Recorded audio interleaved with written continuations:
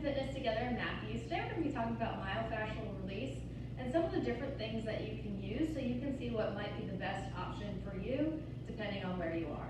The most common one that you've probably seen is just your typical foam roller. So you can use this for pretty much everything, but this is going to be a little easier to use for some of your bigger muscles and just to find where those places of tension may be. So when using these, you're just going to be rolling around on whatever muscle you choose. So for this example, I'll just use my hamstring.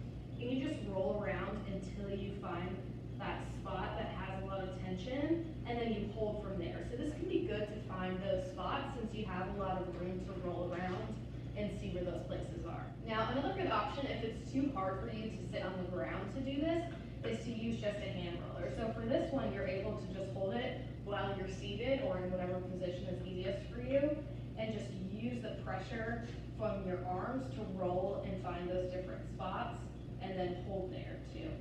Yeah, this is a really good option if it's hard for you to get up and down from the ground. That way you can use this and direct it yourself rather than having to sit on the ground and stand back up. The last one I'm going to show you, and there's a lot more options that you can use from this, but these are some of the three most basic ones that you can use. So for this one, you'll need a lacrosse ball. I don't have a lacrosse ball, so I'm just going to use this to show you. But this one is really good to get into those small spaces and those muscles that are a lot harder to reach when you're using a big foam roller. So for me, the top of my traps, or maybe in front of my chest, can be really difficult to get to with a big foam roller. So I like to use this so that I can get right into those small spaces.